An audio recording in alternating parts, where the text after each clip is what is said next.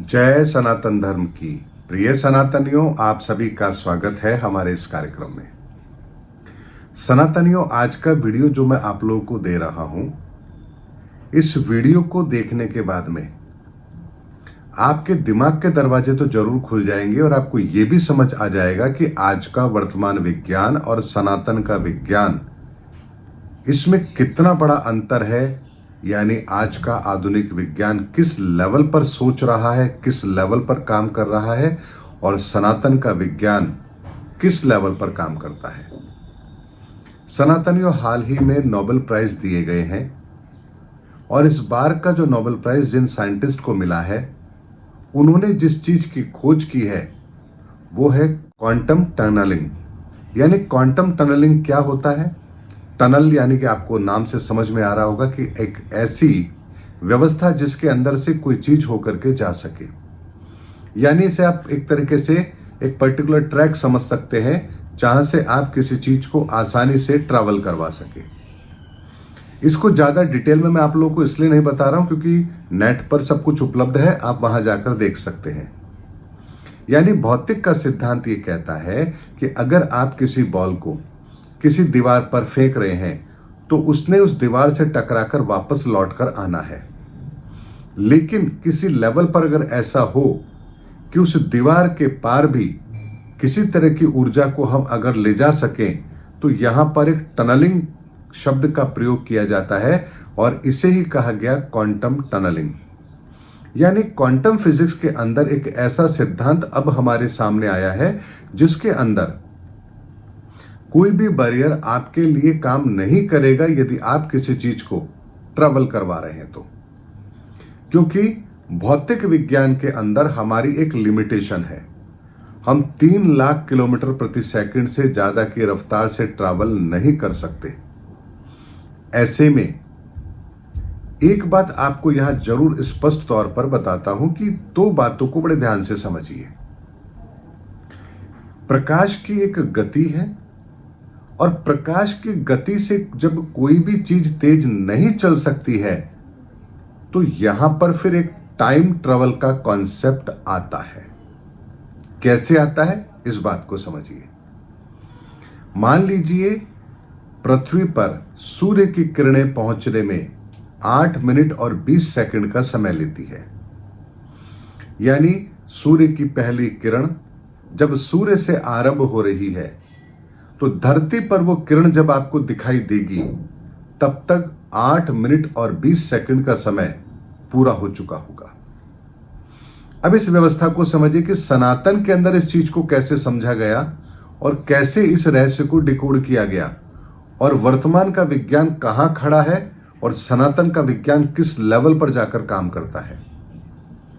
सनातन, यदि मान लीजिए सूर्य से कोई इंफॉर्मेशन चली है लाइट की स्पीड से और वो धरती तक पहुंचने में 8 मिनट और 20 सेकंड लेगी, लेकिन यदि कोई और ऐसी चीज हो जो इससे भी बहुत तेज स्पीड से ट्रैवल कर सकती हो, तो जैसे ही उसने कोई इंफॉर्मेशन सूर्य पर क्रिएट हुई और वो तुरंत धरती पर आ जाए और फिर यहां पर कहे देखिए 8-20 सेकंड के बाद में सूर्य की पहली किरण हमारे सामने होगी, तो ये आपको क्या भविष्य नजर नहीं आता?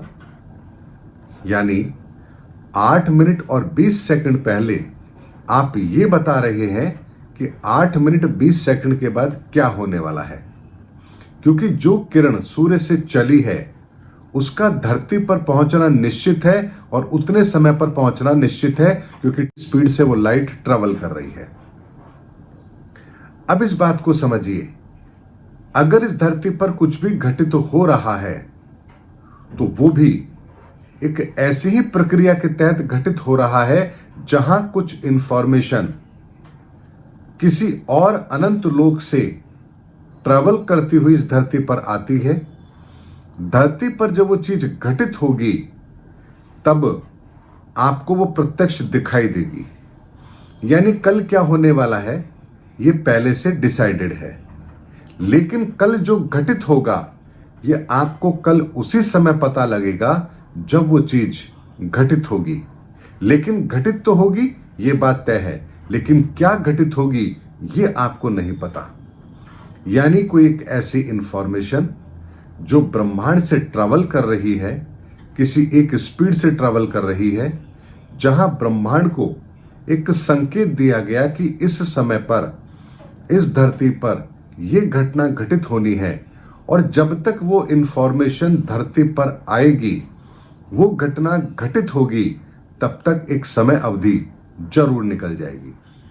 इसीलिए इस अनंत ब्रह्मांड के अंदर, इस अनंत ब्रह्मांड का जो विस्तार है, जो बहुत बड़ा है, बहुत बड़ा है, और इसके भी परे वो पार ब्रह्म जो पूरे ब्रह्मांड को नियंत्रित कर रहा है, तो उस पार ब्रह्म की एक इच्छा से भी जो वो इस संसार में घटित करवाना चाहते हैं, उनकी एक इच्छा मात्र एक संकेत लेकर एक ट्रैवल करती है, और इस धरती पर जो घटित होना है उसके घटित होने तक वो इंफॉर्मेशन ट्रैवल कर रही है।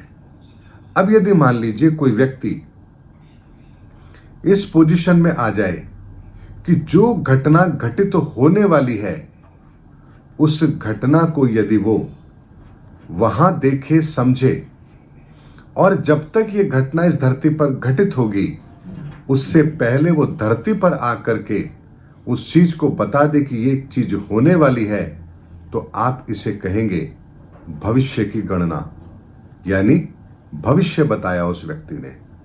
लेकिन ये संभव कैसे हुआ?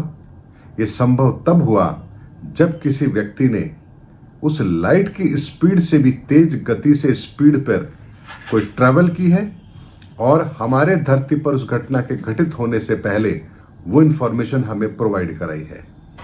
इसी बात के रहस्य को समझिए कि जो वर्तमान का नोबेल प्राइज जिस चीज के लिए दिया जा रहा है, ये इतने आरंभिक लेवल पर है कि जहां हम अब इस पर और जब एक्सपेरिमेंट करेंगे तो हमें ये पता लगेगा कि ट्रैवल का एक स्पीड जो हम लाइट की स्पीड मानते हैं, इससे भी ज्यादा स्पीड से कोई चीज ट्रैवल कर सकती है।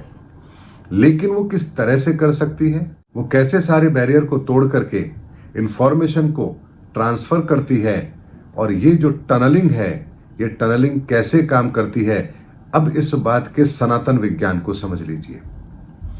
बहुत सारे लोग हैं जिन्होंने एस्ट्रल ट्रैवल का अनुभव किया है। जिन लोगों ने भी एस्ट्रल ट्रैवल का अनुभव किया है, जब वो चेतना के तौर पर अपने से शरीर से बाहर निकल करके ट्रैवल करते हैं, तब उन्हें भी एक टनल दिखाई देती है, एक ऐसी टनल जिसके अंदर वो ट्रैवल कर रहे हैं, और उनके आसपास से बहुत सारे तारे सितारे बहुत तेज गति से उनके आसपास से निकल रहे हैं। ये वो कंडीशन है जब आप लाइट की स्पीड से भी तेज गति से ट्रैवल कर पा रहे हैं, और यही कारण है कि वो उन अनुभवों के अंदर किसी ऐसे लोक की यात्रा करते हैं जिन्हें आज भी हम नहीं जान पाए हैं। यानी वो ब्रह्मलोक की या स्वर्ग की या न जाने कितनी ऐसी यात्राएं वो अपने इस एस्ट्रल ट्रैवल में करते हैं। ये प्रमाण हमारे शास्त्रों में दिया गया है। ऐसा नहीं कि प्रमाण केवल हिंदू शास्त्रों में है, ये प्रमाण आपको इस्लाम में भी मिलेगा। इस्लाम के अंदर भी मोहम्मद साहब को यह ट्रैवल करवाया गया था। हमारे हिंदू शास्त्र ग्रंथों के अंदर भी अर्जुन ने स्वर्ग की यात्रा की थी। ऐसे बहुत सारे उदाहरण हमारे यहां मिलेंगे आपको, जिसके अंदर ये ट्रैवलिंग दिखाई गई है।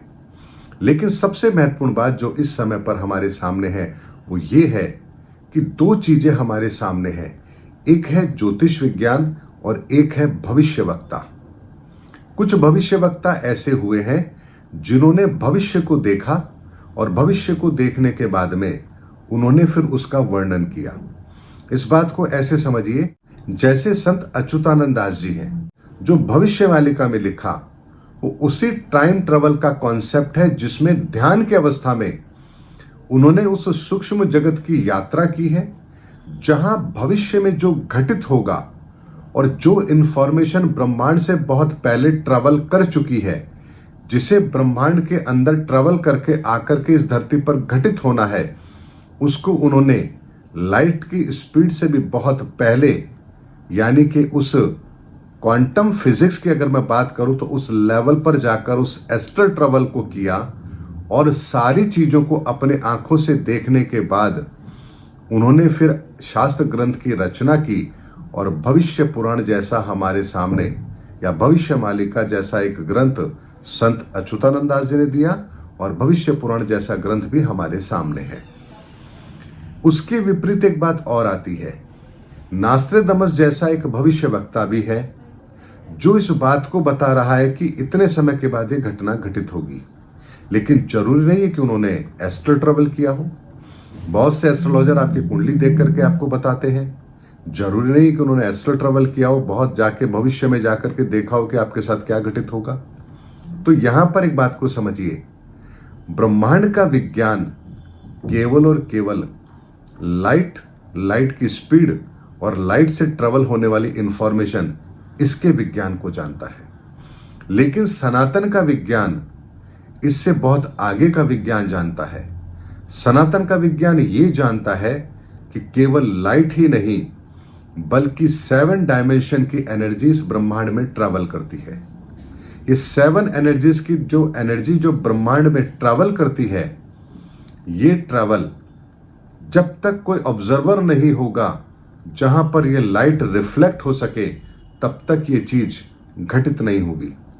और धरती वो ऑब्जर्वर है जहां पर जब ये लाइट एक कॉम्बिनेशन में धरती तक पहुंचती है तो धरती पर ऐसी घटनाओं का निर्माण होता है जिन्हें इस संसार में घटित होना है।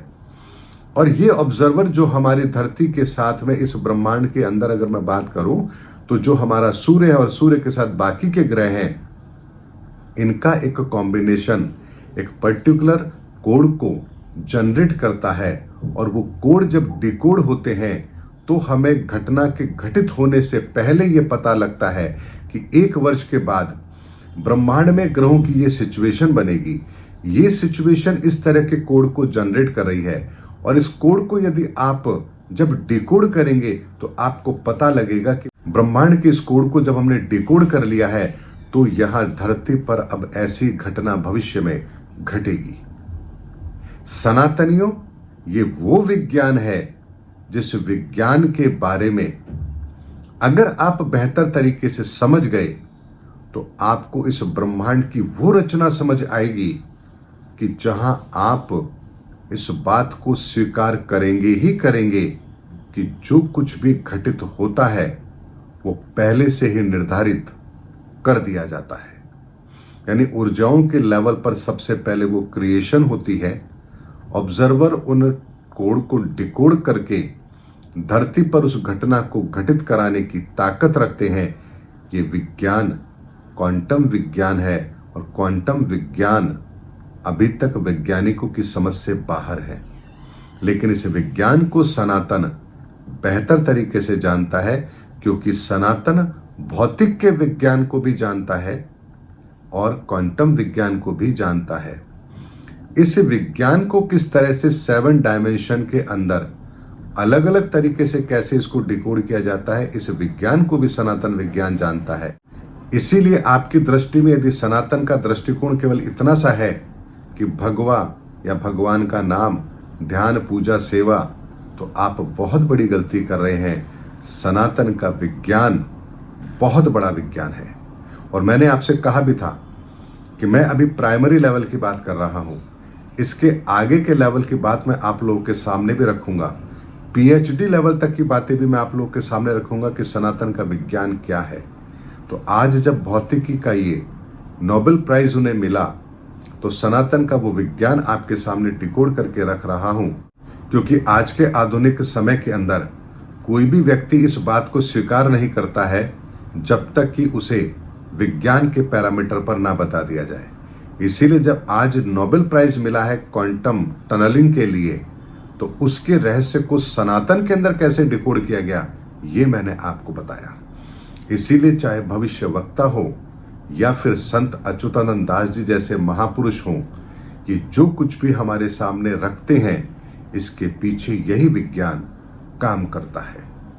और कल रविवार है, रविवार को 11 बजे मैं लाइव रहता हूं। इस पूरे विज्ञान को इतने बेहतर तरीके से आपके सामने रखूंगा कि कल का जब आप लाइव सेशन देखेंगे तो आपके दिमाग के दरवाजे खुल जाएंगे कि सनातन क्या इतना बड़ा रहस्य है क्या सनातन का ज्ञान इतना बड़ा ज्ञान है? इस बात की प्राथमिकता को आप तब समझ पाएंगे जब कल का लाइव सेशन आप पूरा अटेंड करेंगे। इसीलिए इस विज्ञान को, जो सनातन का विज्ञान है, इसको भौतिकी के उस लेवल पर ले जाकर के आप लोगों के सामने रखूंगा जहां आपको एक एक बात समझ में आएगी और आपको ये समझ आएगा कि वर्तमान का विज्ञान और सनातन के विज्ञान के अंदर कितना बड़ा अंतर है। यानी हजारों साल की मेहनत के बाद जब आधुनिक विज्ञान जिस लेवल पर पहुंचेगा, सनातन का विज्ञान तो वहां से शुरू होता है। उम्मीद करता हूं सनातनियों, आज के इस वीडियो के अंदर मैंने आपको केवल एक बेसिक इंफॉर्मेशन दी है। पूरा डिटेल इंफॉर्मेशन मैं आपको कल के लाइव सेशन में दूंगा, जहां इस पूरे विज्ञान को आपके सामने रखूंगा कि कैसे जिस भौतिक के नोबेल प्राइज के लिए वैज्ञानिकों ने काम किया, उससे बड़ा विज्ञान तो हमारे ऋषि महापुरुष बहुत पहले से जानते हैं और अब समय आ गया है उसको वैज्ञानिक तरीके से डिकोड करके दुनिया के सामने रखने का, ताकि ये दुनिया उस विज्ञान को माने जो सत्य है। इसीलिए मैं आपसे कहता हूं कि आने वाला समय सनातन का है, सनातन धर्म का है, क्योंकि सनातन वो नहीं है जो आप समझ रहे हैं। सनातन वो है जो आपकी हर सोच को बदल के रख देगा। मिलेंगे अगले वीडियो के अंदर, तब तक के लिए जय सनातन धर्म की, जय धर्म युग की, जय सनातन विश्व।